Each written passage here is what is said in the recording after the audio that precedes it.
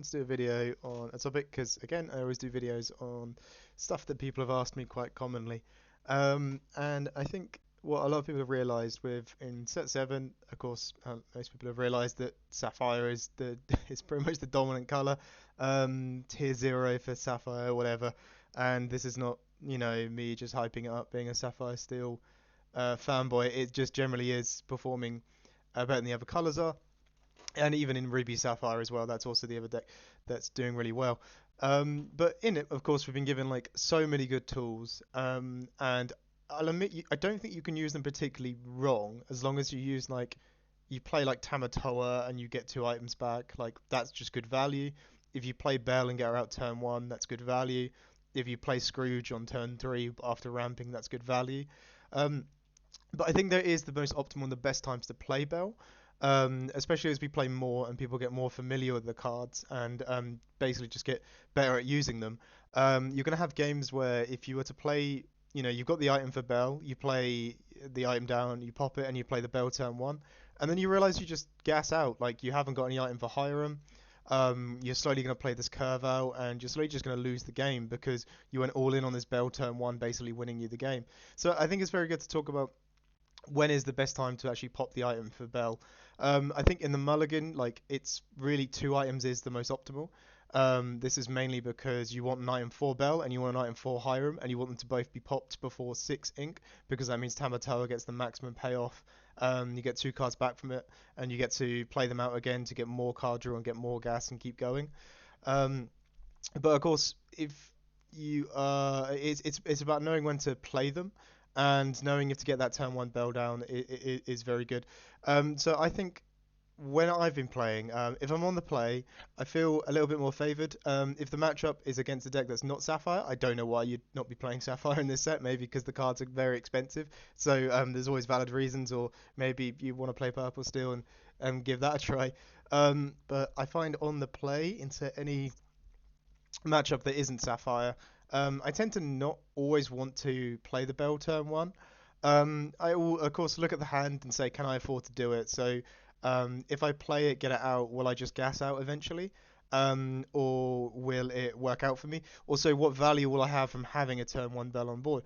Of course, into a lot of the matchups like Purple Steel and stuff like that, is very good because it can start trading. But I think if you're on the play versus Purple Steel, the 2 drop Calhoun or whatever, if you have the 2 drop Calhoun in hand, or Calhoun or Smee, will do equally as good a job. And of course, you are against Purple, who is a deck that just can consistently draw a lot of cards. Um, so I don't always want to do it. I also want to look at cards in my hand and see like if me getting this Bell down turn 1, will do I have a Let the Storm Rage on in hand, and will that enable it? And also enabling Let the Storm Rage on, what does that do for me? Is that worth it? Um, of course, into Purple Steel, that's like great. That's like great pressure because you're able to sing and the Bell won't take any damage and you get to cycle a card. And also, just having the Bell set up for turn 1 means that you can enable it if you ever top deck a Let the Storm Rage on or top deck a Strength for the Raging Fire. So you're in a pretty good spot. I think even into Amber Steel as well, on the play or on the draw, like that deck loves to get Cindy down on turn 1. So, of course, if you have the ability to get Bell down on turn 1, that's pretty good as well. As long as it's not going to cut off your draw power and you're not going to have any Hiram and you're not going to have any ability to draw more cards later on in the game. It is really quite thinking about these in-depth things. I think once the more we play, the more prominent and more important these things are going to be. In the mirror, in the practice, I've got to games where my opponent has managed to get the Bell turn 1 into a Calhoun or whatever, but because they haven't set up any longevity on their matchup, they haven't put the Porp School ready for the Hiram, they just gas out. And as long as you can sort of get on top of them eventually, as long as you can miss that turn 1 Bell, but if you play, 2 drop into a Lawrence to do a nice trade, then you get your Hiram going, and then maybe you sing some removal, and you can swing it back. They will get their lead because they went for the aggressive opener. They went for a Bell into a 2 drop and just start turning sideways. But I think you've always got to really think about, if I get this Bell down turn 1, what does it really do for me? And you're going to have the matchup as well. Ruby Sapphire is not going anywhere, and I think Ruby Sapphire is a matchup where you really have to think about, is it important that I get Bell down turn 1? I think with our style of deck, with this Kiwi Bird, so with the non-ramp versions, I'm just basically calling Kiwi Bird any like non-ramp Sapphire still at this point. So of course the version that I've been playing mainly is the Artifact style. But I think even in our standard one, even into Ruby Sapphire, like getting the Bell down turn one is pretty good. Um, because it allows you to just start aggro questing. And if you don't play Bell turn one and you play Smee turn two, and they do coil into removal, they tend to they have two targets to pick from, which already puts them on the back foot rather than if you just miss the turn one Bell into a Smee. They'll just coil and then take out the Smee with the Sisu, and then you're quite far behind. You don't have one thing on board. If you had the Bell on board, she could sing that the Storm Rage on. So I think overall in our Kiwi style list, because we are trying to be aggressive and plate the board quite heavily, Bell turn one is pretty much always optimal. The only time I wouldn't want to do it really is if it's going to entirely just kill the hand, and it means we're gonna burn out. I don't have a Grandma Tala, or I don't have a Dock, or whatever it is to keep the deck going into the later games. If I'm preying on the top decks, I guess that's what you can do as well. If it's a bad matchup where you do need to get the Bell down turn one, or not a bad matchup, but a matchup where you do need to start singing that Let the Storm Rage on early. Getting that Bell turn one and praying that you draw into some more draw options is great. But there is always that upsetting thing that if you draw into a Hiram and the only item you ever got was this one Port School, that you've got a Bell on board and she's not been singing any removal and she's pretty much been useless. Um, there's always that fact as well. So you always have to really think about it. And yeah, I think in the mirror, especially with the artifacts build, I've played quite a bit of the mirrors now. It's quite the war of attrition. So if you're getting a Bell down turn one and it's questing early on, that's great. You're probably going to get to 10 lore way before your opponent does. But if you haven't set up for the long game, with the Hiram, and to find another item as well, maybe to maximize that Tamatoa, you're just going to gas out and lose. So I think I can do some sort of mulligan guides here as well, just to um, sort of explain my point a little bit more. Of we want to make sure that when we pop the item for Bell, we're not just going to lose the game by we've gone really in on this like high roll play, and our opponent's actually been able to stabilize and win the game. So yeah, if you had a hand like this, of course you'd send it all back. And say if we had a Bell, I mean that is great. At this point, I know I'm going to be popping Bell because I want to be playing that Let the Storm Rage on something. I will admit in the this meta, Let the Storm Rage on's become fairly weaker. It just has a lot of less targets as they sort of buff characters' healths and stuff like that. But I still keep it. Like if they have a Smee out, it means the Smee can't quest without you singing out the Storm Rage on and taking it out. So yeah, I'd send that back. But if you had that, or even sometimes as well, Strength is a good example as well, because if you can get the Porp into Bell, into 2-drop, into whatever your 3-drop is, Lawrence or Benja, you can Strength their 2-drop, full quest, and just probably win on the aggression.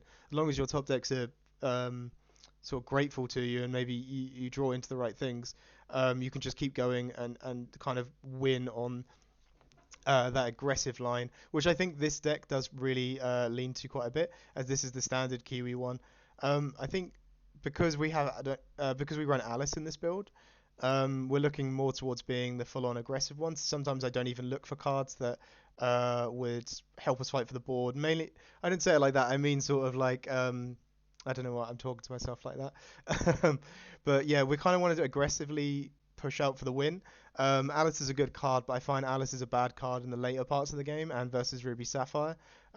So we kind of want to be pushing to that like Belle maybe into 2-drop, and that's why I kept that Mulan and that one there. But I think in this hand it's very nice, and I think the Dock here can explain my point a bit better of what I'm trying to say and blabber on about popping for Belle turn one. So here you could easily, I think, I'd probably maybe want to try and keep for another Bell high roll. You could ink the Pete, play the Fortisphere, get the Bell out. Turn 2, play the Mulan, hopefully get another item, get the other Bell out. Start singing your removal, ink some more, and just throw the Dock down. And you should be able to just aggressively push for that win with this build, which is something that's been quite interesting as the other builds are going for a bit more slower, a bit more setup, a bit more payoff in the late game. But yeah, if I look at the other list, which is the one that Artifacts worked on and played.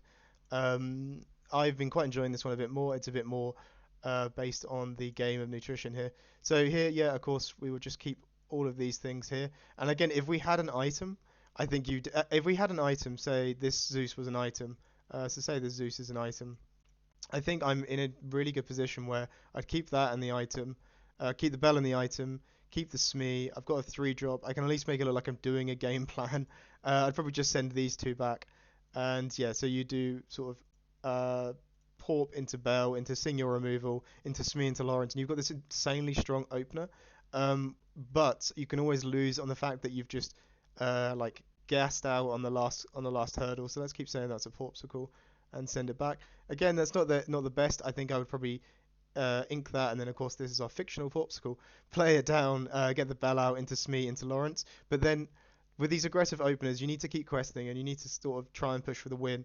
Because if we do that, that's great. But if our opponent has any way to stabilize, we're out of removal options. They got their Bell down, or they're ramped into their Scrooge, and they can start swinging back. We have no setup for that long game. We have no setup for that Porpsicle into Hiram, into giving us resource.